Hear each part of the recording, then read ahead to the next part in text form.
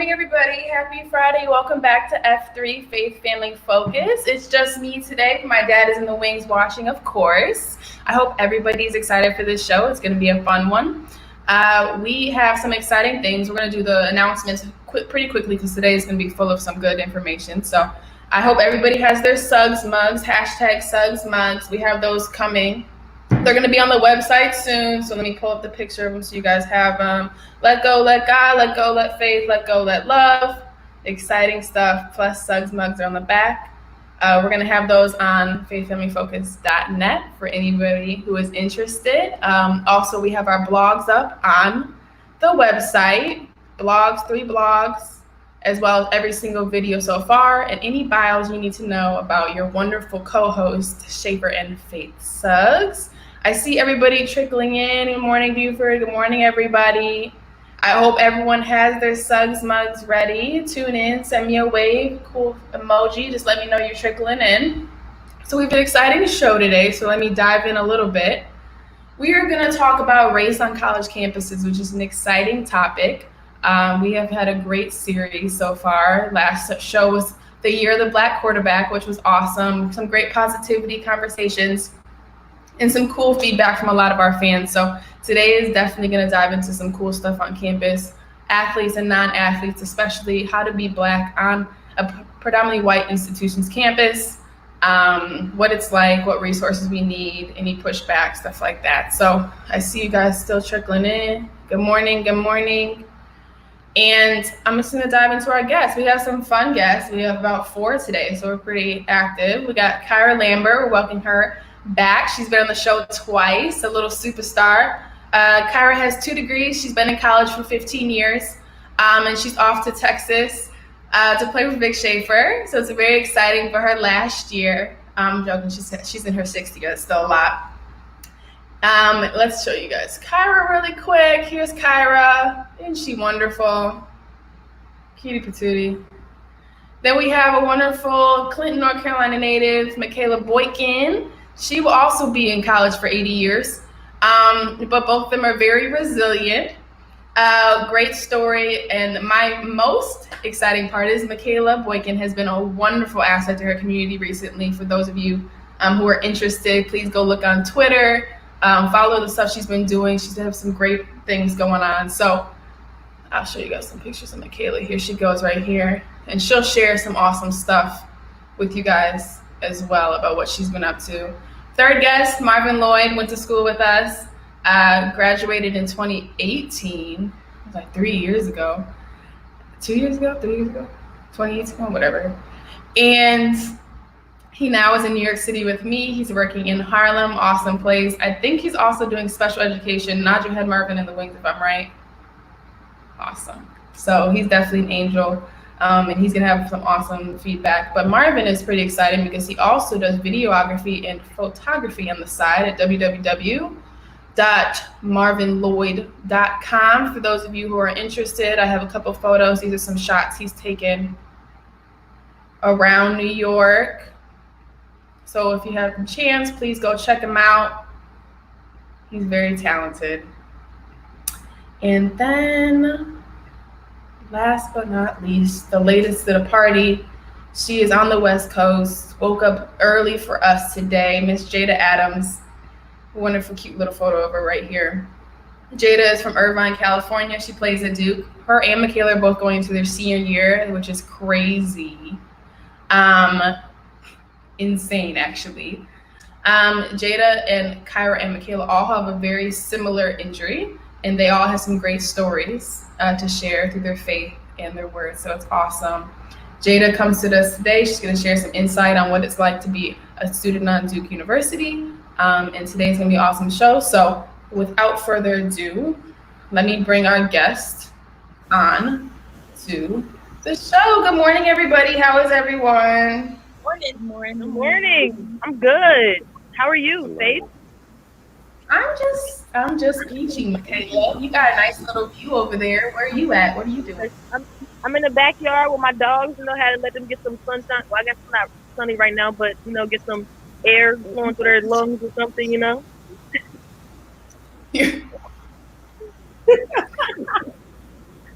For those of of you don't know, Michaela has a distinct accent. She probably don't even realize she got the accent, but it is hilarious. It's a hoot. All right, what you doing, old lady?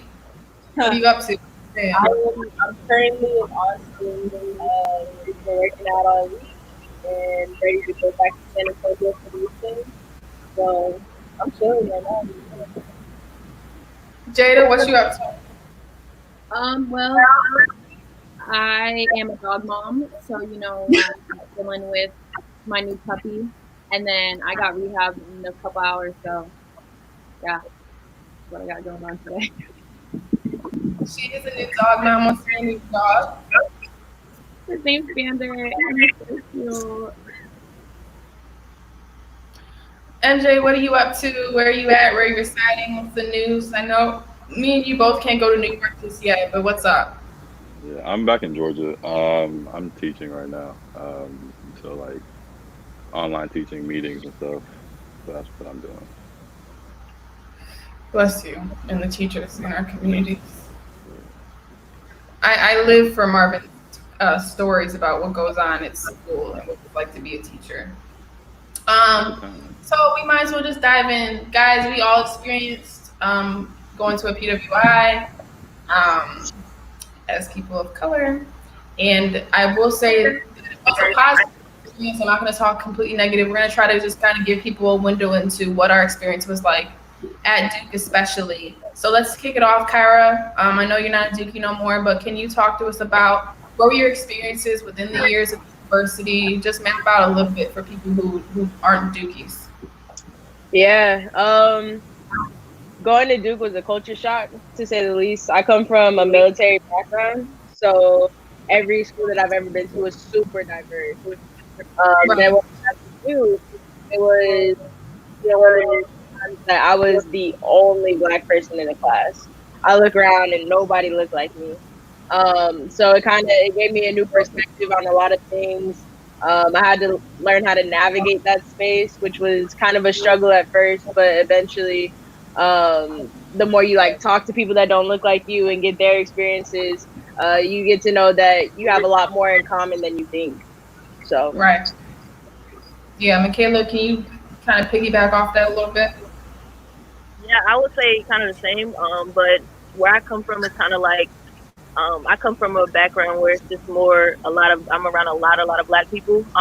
And when I got to Duke for the first time, it was kind of weird because I didn't see that many black people at all. It was kind of like the black people on campus were in like a one section, and everyone else was just like roaming around. So I had to like go out and actually find like my black friend group because if you didn't go search for them, then you probably wouldn't find them anywhere like just by passing. So that was kind of like my experience when I got to Duke campus. Right. And MJ, what about you? Because those two are athletes, the three of them athletes, but MJ was not an athlete, even though he was at practice with us every day and participated in all our stuff. But MJ, what was it like for you in your 4 years? It was interesting, but it was a little bit better than I expected it to be. Honestly, I had very, very low expectations as far as like what it would be, the culture like around like Black life would be. Um, at Duke, I my high school was very similar, like make up to Duke, but I playing basketball. Like most of my friends have always been predominantly like most of my friends have always been black. So I went to Duke. I found the same black friends. I joined a frat. So it was like I immersed myself in the black community. So I didn't necessarily venture out of that too much, but it was better than I expected, honestly. Right. Can you kind of give us your mindset and thinking going into the decision to become part of the Greek community at Duke University? So basically, Greek life has been it's part of my family. My mom's in a sorority; she's a Delta. My grandpa's a Kappa. My high school basketball coach was a Kappa. I got the Gates Millennium Scholarship, and a lot of people that helped me get that scholarship were Kappas. So going on the Duke's campus, like seeing it was good to like see black people, but black men doing well and trying to do positive things. And I already had like a bias for like joining the Kappa Alpha side, but the Kappas on campus at the time were cool and they looked out for us a lot. Didn't expect anything in return, so it was just really genuine. And like having black people, black guys, black men that look out for you and are with you. It's something that you can't really find that often in life, but especially like on campuses like Duke's. So Yeah. No, it's understandable. Jada, why don't you give us some about what Jada Adams' years at Duke has been? Um, so I live in Irvine, and there's not a lot of black people out here. So growing up, um, there's probably always like maybe two other black kids at my school, and then I was like the one mixed kid. And then yeah, and then when I went to high school, there's obviously a couple more black people there, but those kids only played sports, so that's how like Mhm. we all kind of knew each other. And I played for predominantly black club programs, so you know that those were honestly the only black people I was really around when I was playing basketball.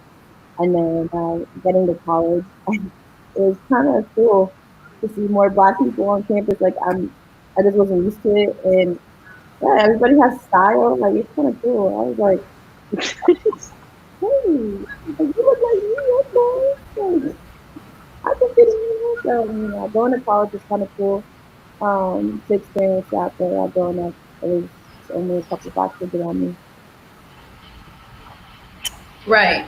And then Marvin, we'll kick it off with this conversation, just so we laid the land out, so people understood kind of what our own experiences were. Marvin, was there a debate for you or decision for you between the PWI versus HBCU situation? How do you view that in decision making for colleges? I didn't. I only applied to Duke, honestly. That's the only school I applied to. That was the only school. When I was a kid, I was like, I'm gonna go to Duke just because I wanted to. So I just made that happen. Right. Essentially, I didn't necessarily. I didn't look at. It's not that I didn't look at HBCUs. I didn't look at any other school other than Duke. Hmm. Um, and if I had like there were a few other schools that I was looking at if I didn't get into Duke, but I don't really understand the debate against like between the two and like how one tries to cast it down on the other. It's very it's very childish, truly, um, because like it's a college education. Every experience is different, and there are definitely things that some schools have that others don't. There are definitely things HBCUs have that PWIs don't, and like vice versa. So I mean, you can't. I don't knock anyone for their decision to attend this college that they want to go to. Um, but once again, like, why don't knock other people for like, I want to go to this school, go to that school. Like, it's what you want to do. It's your life. I'm not gonna down you for it. But I definitely think both are valuable, and they both have their pros and cons. Right. Kyra, what do you think? Because I know we're athletes, and the one thing I think if people have been watching and paying attention to Taylor Rooks, I don't remember who the athlete was, if you guys know the kid's name, but he said that he might as well just go to HBCU. And it was kind of an idea like, what if athletes, student athletes, start going to HBCUs? And what if top coaches like a Shaka Smart or somebody like that go to an HBCU? What changes in the culture of recruiting? Okay. Honestly, I think it all comes down to money. Um, it's that big allure with the PWIs and the big, state schools saying, we have all of this money. We can give you all of these resources. We have this alumni base. You're going to get all this gear, chartered flights, all of this other stuff, catered food. And at an HBCU, the resources just don't necessarily compare with those huge state schools with the big endowments. Right. Um, and I think like from an athlete perspective, that's probably the main thing that, kids that, because we're not talking about kids that are our age. We're talking about like 17, 18-year-olds trying to make this decision.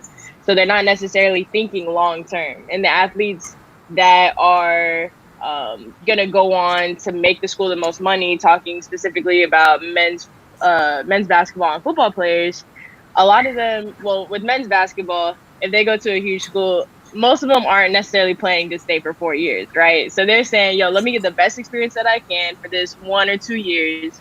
And then everybody thinks they go into the league anyway. So, I don't know. I think it was Mikey, the one that plays on LeBron's son's team. Yeah. And yeah, he made a post that I thought was phenomenal. Just seeing that foresight about, you know, HBCUs will be on his list. And if high school athletes of that caliber are making decisions and actually taking visits, like they don't even got to go to the school. They just got to say, yo, I'm considering this. And just putting, you know, the bigger schools on notice, putting them on watch, I think that it'll change the recruiting landscape a lot. Right. And I think for me, I mean, Jada, Michaela, you guys can jump in on this, but what do you guys think for students who aren't going to come and play a sport, right? Do you think that more kids and more Black kids especially will go to these HBCUs if something like that shifts in the future?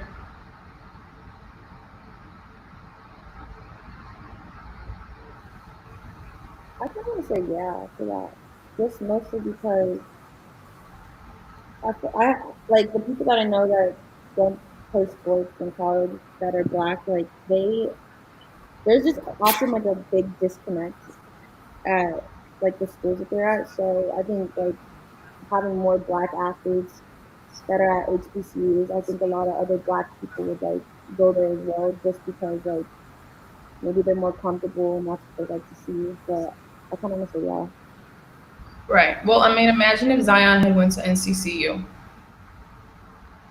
Do you think NCCU's applications and admissions would have been a little different than the recent year they had without Zion? You know what I'm saying? I feel like we don't know what would happen, and I hope that something like this shifts because I'm all for players choosing to not just go to the big name schools, maybe bring the money to these HBCUs.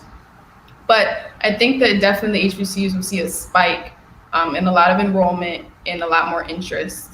Because where I went to school, high school, a lot of kids went to HBCUs. It was like a norm. And that was an idea that surrounded our community that you normally go to HBCU or you can go to Ivy, right? It's one or the other. And so I feel like if that culture that we had in our community kind of spreads a little more, we'll definitely see a change, especially. But the kind of like... I know from my experience, I don't know if y'all had the same experience, but with my experience with HBCUs, whenever I was getting recruited back in the day, you know, before I committed to Duke, it was like HBCUs, when they, like, we talk to each other, they would be like, oh, we already know we're not getting you. So it was kind of like they just let me go rather than trying to like force the option. So it's kind of like they weren't really an option anymore because they were telling me like, oh, we're basically saying that we're not good enough for you to come here, basically. So that's kind of what my experience with HBCUs, and that could possibly be what's going on now too. Like these HBCUs are like, hey, like these PWIs like Duke or like these other big time schools like Kentucky or places like that are like, oh, we offer them. So they're like, oh no, we just there's no way we're gonna compete against this big time school right here. So that's kind of like my experience with it. I feel like they didn't really give me a choice. You know, it's kind of like they already pushed me to wanting to commit to like Duke or like these big name schools. Right. And one thing that was really humbling for me in my past season, look who joins us. In my past, where I coach in the Northeastern Conference, and we had a game against NCCU this season, and we lost. And that was very humbling and kind of opened my eyes because it's not like the way we look at HBCUs often is like not the same level. Do you know what I'm saying? And because we're not very involved in that community when we're at these PWIs because we're so wrapped up in our own crap that we don't see the stuff's going on right down the street from us. And I think that kind of opened my eyes up to, it's not like HBCUs don't get the funding and stuff like that. Like they flew out to New York, they spent the weekend, like they like have the funding. It's just they need the talent. And I think Kay, you touched on it really well, is it's hard for HBCUs to draw these kids in, especially in North Carolina. That's interesting because we didn't have HBCUs. I don't know if we have HBCUs in Illinois. Probably don't. It's the Midwest. But that's what I'm trying to say is if they had the talent, if they had these kids like the Zions that want to take the turn and actually go make a name for themselves and kind of change the world a little bit, I think that would be really interesting. But Kai, can you dive a little bit into, we're going to take a detour. What was it like in your classrooms? You touched a little bit on it. How many Black kids are normally in your classes? Can you break down the class size at Duke? Can you just give us a little window into that? Yeah, the class sizes at Duke are fairly small, depending on if you're taking like a big lecture or if you're just taking a smaller like seminar class. Typically, with the classes that I took, it was either just me or maybe like 2 or 3 out of like 30, 40 people that look like me. So it was interesting to say the least. I kind of forgot what your original question was. I'm not gonna lie. MJ, can you talk to us a little bit about Kyra out about what it's like at Duke in these classrooms? And we're not talking AAAS classes. We're talking different classes. Yeah. So like I said, it ranges. I mean, it ranges from roughly 12 people in like a seminar to 250, 300 in a entry level class for like a major. So I took like classes for like Econ 101, Chem 101. Those classes have like at least 200 kids in them. And in those classes, I mean, Duke, I mean, I think Black people make up roughly 10%, 11% of Duke's student population. And it's very apparent in a lot of these classes. Some seminars, I'd be the only person. Maybe if I took it with like one of my friends, then we'd be the only 2 in there out of the 12. And then in a lecture, like a large lecture for like Chem 101 or Biochem or Econ 101, there would be a handful of Black kids, max 10. Like, but that was a stretch, honestly. And that's 10 out of like 200, 250. And it's very interesting. You get a lot of like people questioning whether or not that you're right, or ignoring your answer, and just to be told when the professor goes over the answer that you were right, and they were like, oh well, blah blah blah. Like, so that happens fairly frequently, especially in like, I noticed that happens more so in these STEM classes, like because I was pre-med, so in like econ classes I took, or any pre-med class I took, people will often like invalidate what your answer, and then you end up being right, and they just kind of look stupid. But you can't go off on them. So. Yeah, that's a really great point. In the year, I'm just gonna pull this question off the dome. Michaela and Jada, you guys are both in school now. Can you tell us a little bit? Do you feel comfortable speaking out in class? Have you been invalidated? Can you tell us a little bit about that? I know you have. Yeah, I mean, so my story, I was in a forensic psychology class, and my teacher was telling us about a case about this white lady that basically killed her daughter, and didn't really get much jail time off of it. And he asked the question, he was like, well, why, why was she not found guilty? And I raised my hand in front of the 80 people that were in there, and I was like, because she's white. And he like laughed at me. There was a Black professor, and he laughed and was, oh, because she's white. Yeah, no, that's not really the case. And then started talking about some other stuff, and somebody else raised their hand and like said something that had basically nothing to do with what you said. And I was just kind of like, you know the world that we live in. These white, like, if you don't tell them the truth, like, that's the truth. That lady killed her child, and she is innocent because she's white. Because if she wasn't white, she would be in jail. We all know this. So I mean, there's that, and I mean, a lot of times I do feel like if I raise my hand or I say something that like somebody else in the class is gonna have something to say, or the teacher, like, yeah. So it just goes back and forth. Yeah. Okay. For me, I'm not gonna lie, I feel very uncomfortable speaking out in class, so I try to avoid it unless it's like a participation grade or something. But it's more like whenever I talk, especially being a Black athlete, it's like whenever I talk, all heads turn straight to me, like, oh, she's actually like speaking in class. Like, it's kind of like very uncomfortable, and it can be frightening, and I can like mess up what I'm trying to say because like all eyes are on me because they're like shocked that a Black athlete just spoke in class. And as far as that goes as well, like, I don't know, it's just like something with me, and I don't know, it's very uncomfortable to even think about, because majority of my classes, I don't really have a lot of Black professors. So it's kind of like majority of your classes is white, and then you have like these white professors as well who don't really understand us, like us Black people. So it's super hard for me to kind of deal with in class, especially being a Black athlete, because I feel like that's a lot of pressure as well. Because, a lot of like the stigma of Black athletes are like, we only got into Duke because we play sports. which is not the case. We had to have the grades. We had to meet all criteria to even get into Duke as well. So it's kind of like we got this little stigma on us that, you know, we're only here for sports. And whenever we talk in class or like try to even make friends on campus, it's kind of like, oh, they probably think that we're kind of stuck up or that we're not really educated and we're just really here for basketball. So that's what we kind of need to do, is just entertain people, which is not the case, because I know a lot of Black athletes who came out of their high school as top in their class, top in everything. So it's kind of like, yeah, it's like kind of uncomfortable, but Yeah, no, I definitely relate with that. Michaela, you and I have been in AAAS classes together, and I always have said that those are the classes where we feel the most comfortable speaking out.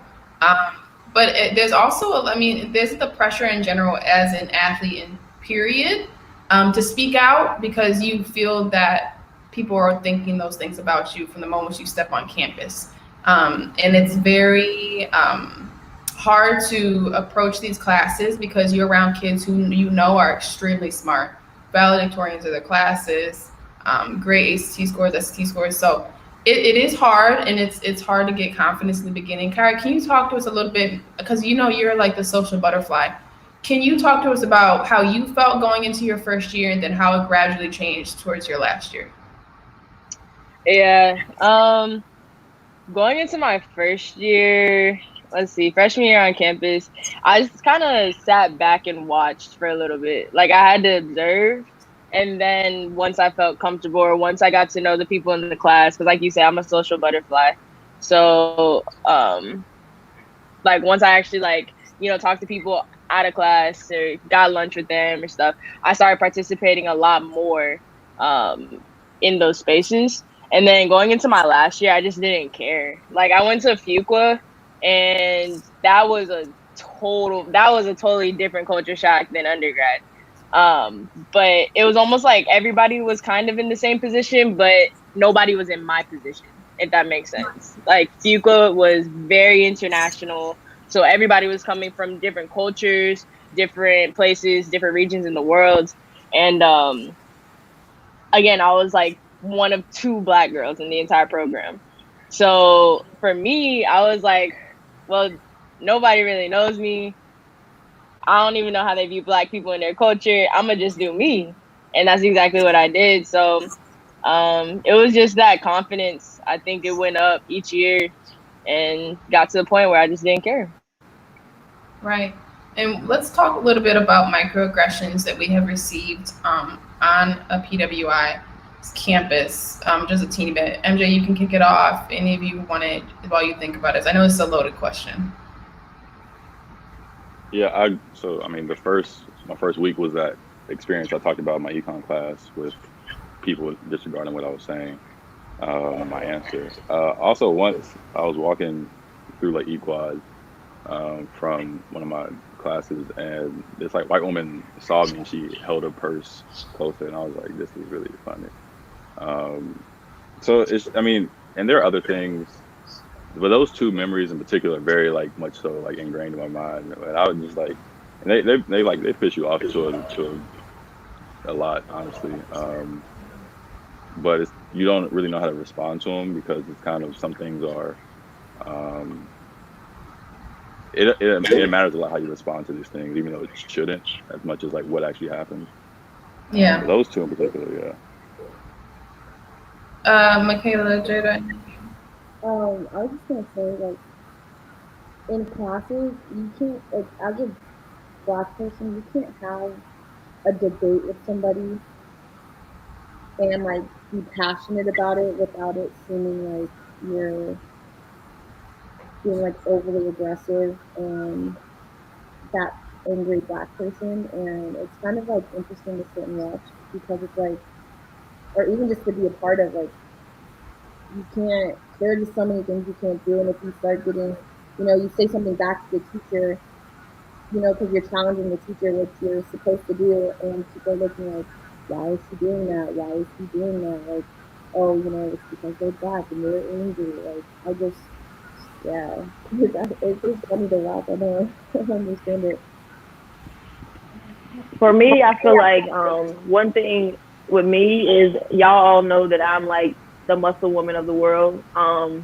and I don't have to lift a single weight for 5 months and I still be like toned.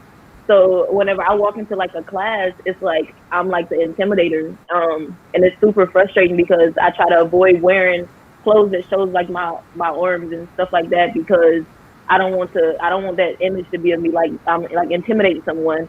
And that's what it can be came off as. I see a lot of people on campus will like literally stop and like even if I have like small shirts on, they'll stop and like say something about my arms, which is super like annoying and it low key hurts my feelings because I'm like, bro, like I can't even wear like girl clothes like that because someone's gonna say something about my muscles or be like say how like strong I am or automatically assume that I play sports or something because of it. And that's for me, that's something that's super frustrating. I don't like being an intimidator. Y'all know that I'm a sweetheart, like literally the kindest soul ever. But that image is something that I don't really like, to be honest. Right. Yeah, going off of what Kay said, one day I was walking by West Union and I had on a regular backpack, not the athlete backpack. I had on actual clothes that day, and like I think I actually like touched my head that day, like actually did my hair. I'm walking and somebody like it was this older white couple. They're like, "Oh, what sport do you play?" I was like, "How you like? Is it the way I walk? Is it because I'm black? Like do I just happen to be on this campus? Like I don't." But just I got that question a lot when I was wearing nothing that indicated that I was a student athlete. And it's like people assume that you're black on campus, you have to play a sport. And I have friends that got I guess judged the same way and they didn't play a sport. So it's just that preconceived notion in people's heads. And then also in group projects, there were so many microaggressions. Like we'd be in a group project and people would be divvying up the work and they like automatically say like, oh, you can just do this part. And they'll give us like the easiest part in the project. Like, no, I'm capable of doing the whole project by myself. But if y'all want to participate or contribute, y'all are more than welcome to. So there's been times where people have literally erased my entire PowerPoint. Like, oh, like that was the worst thing ever. Like devoted my time into making this PowerPoint, and this guy went back and erased everything and redid the whole thing. It was like, oh, like I like it better this way. I'm like, what do you mean? It just took me like 2 hours doing this, and you just erased the entire thing. Like that's not okay. It's not okay. We had a game, and I had a project to work on with this kid, and he was like, "Oh yeah, come to the library." So after the game, I sprint to the library. I didn't even eat anything, and I'm working on this paper with him for 3 hours. I do my part. I get in. I get out. I come back the next day. Nothing that I wrote on that paper was there. And I was so angry, but I just like was so tired that I didn't even care. I was like, you know what? Is this what you want? This is another day for me right now. I'll handle this another day. But I was so mad because I was like, why? Or if you're an athlete, they just automatically assume that you're stupid, and when you're in group projects, they don't give you anything. Like at first, like freshman year, I was kind of like, that's work for me. Like I don't care, but like now I'm like, wait a second, are you guys doing it just because I'm stupid? Like I'm like, my grades are good. I got a better grade than you do in this class, so it's like it's frustrating. You can't fight, man. Right. And then when MJ comes up, I want to ask him this, but Kyra, you can answer it for him. What would you say is some advice on how to handle that as a Black student at PWI who is constantly kind of dismissed in a way? Mm-hmm. I would say speak your minds. And by speak your minds, I don't mean like always be the loudest person in the room, right? I mean like don't bite your tongue. If you have an opinion, share it. And if people don't like it, then that's a conversation that, might actually make both of y'all's perspectives grow. So I would say mainly just speak your mind, and then also like surround yourself with people that one don't look like you, but also people that are going to support you in that. So in every class, and I don't know if this is extra, but in every class, I knew who like my allies were, if that makes sense. So like when they said something, I backed them up. Or when I said something, they backed me up. So just like know who those people are too. Right. And MJ, I don't know if you heard the question, but it was what advice or, advice would you give to people on how to handle those type of situations? He's froze again. Well, Michaela and Jada, now that you guys are, oh wait, he's back. He's back. Hey, go, MJ, go.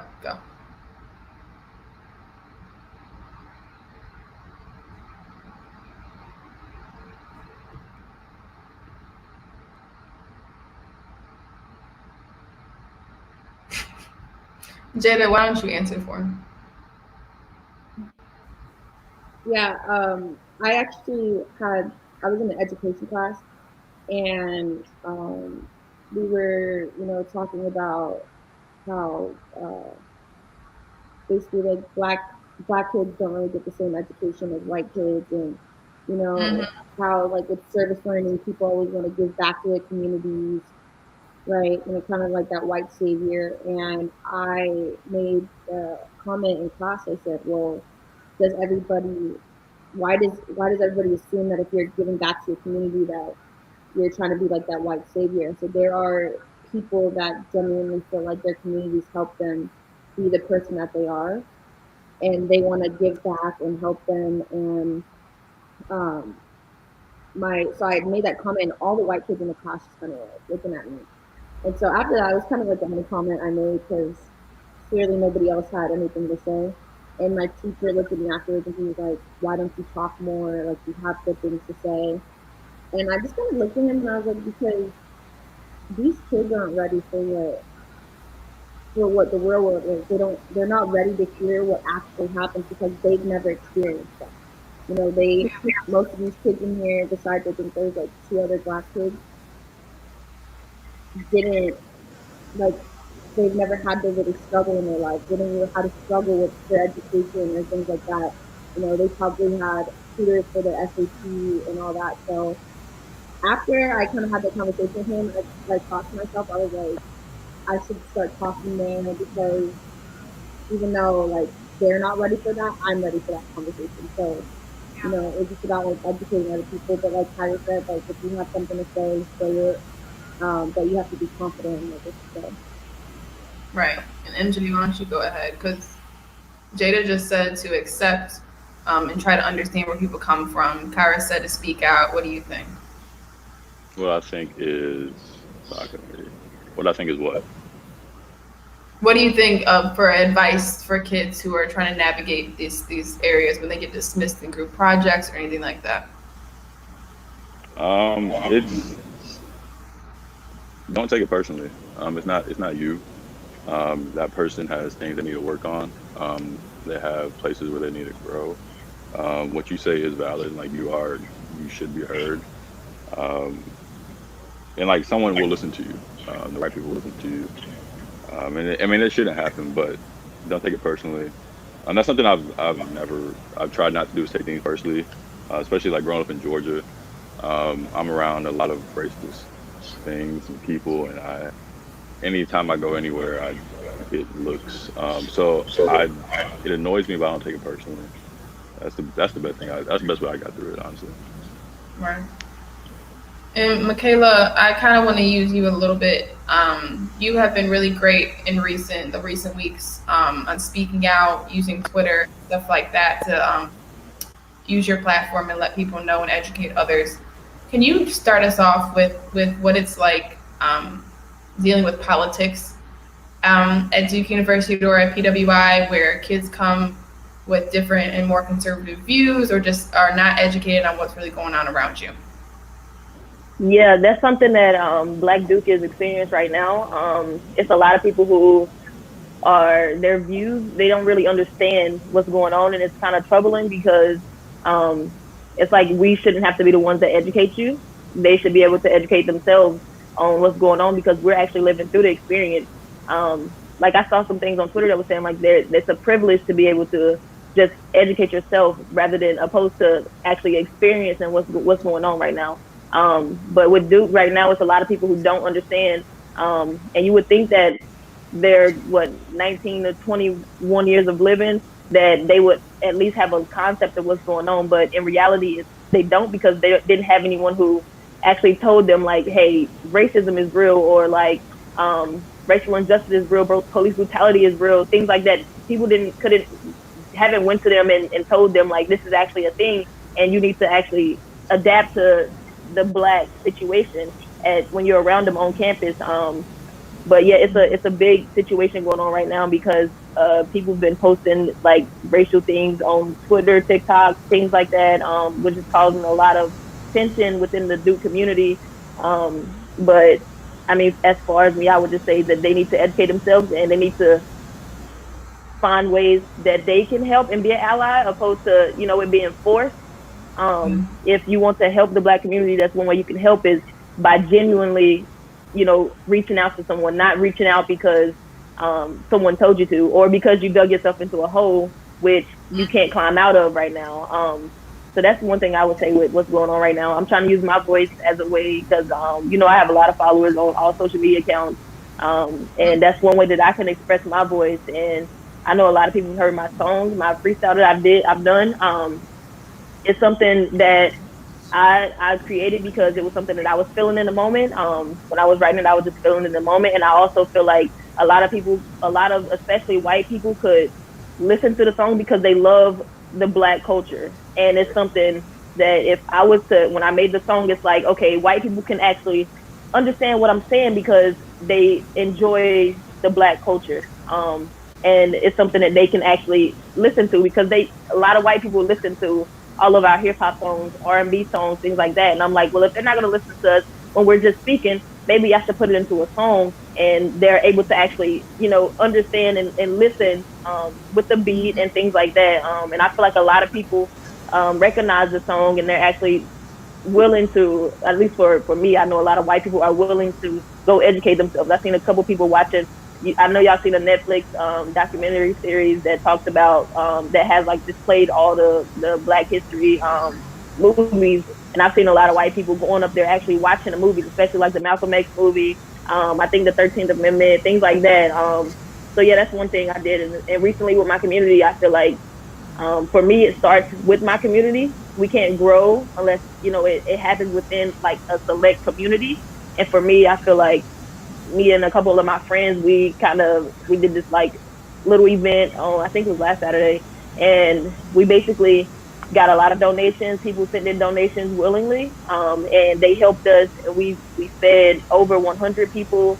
We gave small Black businesses the opportunity to basically promote and network with other small businesses to get their name out. And I know a couple of the businesses made a lot of money off of it. They thrived. And there was also some Black businesses which kind of upset me because we're doing this for free. We're letting vendors come out here for free and just market their products and things like that. And a lot of Black businesses didn't show up. So I feel like they kind of missed out on that opportunity because a lot of the Black businesses that came out, they actually thrived off of that event because it was so many people that kept coming in and out. But the biggest thing was we wanted to have unity within our community because it's important for us to unite as a whole. Because at the end of the day, we all have to live in America together. We can't get by that. So with my community, I feel like if we mesh well together right now, that we can, try to tackle things within our community that, will change like things, how the police view us, how things like that. And then hopefully it can spread across the country. So kind of my perspective on everything. Yes, proud of you, girl. We are extremely proud of you. Kyra, can you kind of piggyback off that a little bit? But can you give us a little bit about, I don't know if Michaela and Jada were in school at the time, but MJ and I were in school with you when Trump was elected. Can you kind of give us, just tell us Kyra's experience of what it's like to be at a PWI when that all went down? So I remember when the actual election was happening, we were all at Lene's house. And we were watching like the votes come in on the screen, and at first it was just kind of like jokes, like, okay, like he's not really about to get elected. Like it was literally like, how did he get in this position? This isn't actually gonna happen. To complete silence and distraught when the final votes came in. That next day was rainy. It was gloomy. And I think it was a reflection on how a lot of people felt knowing that he got elected. I was in an environmental class, and my environment's hurt right now, but that whole class was just like airing their grievances with the election, and that you knew the people in the class and the people on campus that actually voted for him, because Yeah. they were walking around super proud and super happy that day, and a lot of people weren't. But in this climate and seeing, it's 4 years later, and it's kind of I don't want to get super political, but in my opinion, how do I say this politically correct?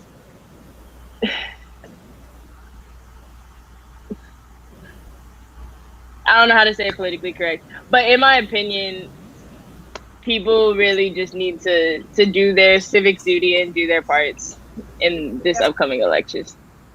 Yeah, and MJ, can you give us a little insight on how important it is for college students to go out and vote?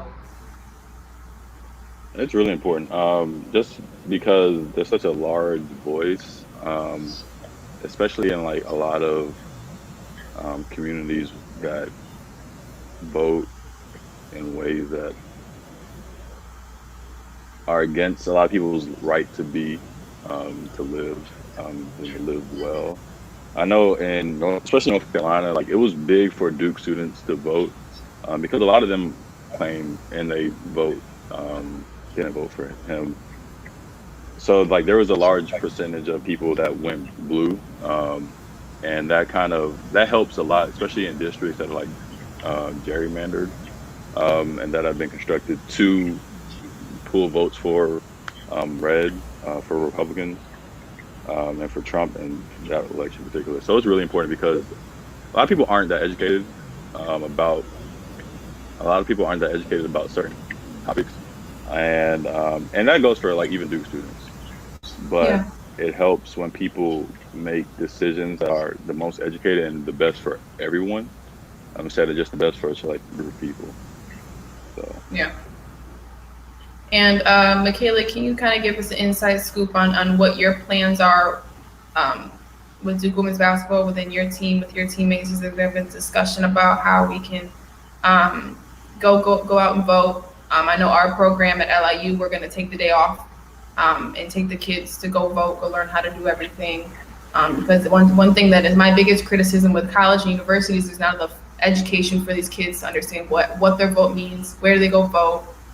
So can you kind of give us an inside scoop the best you can on what you guys are planning to do?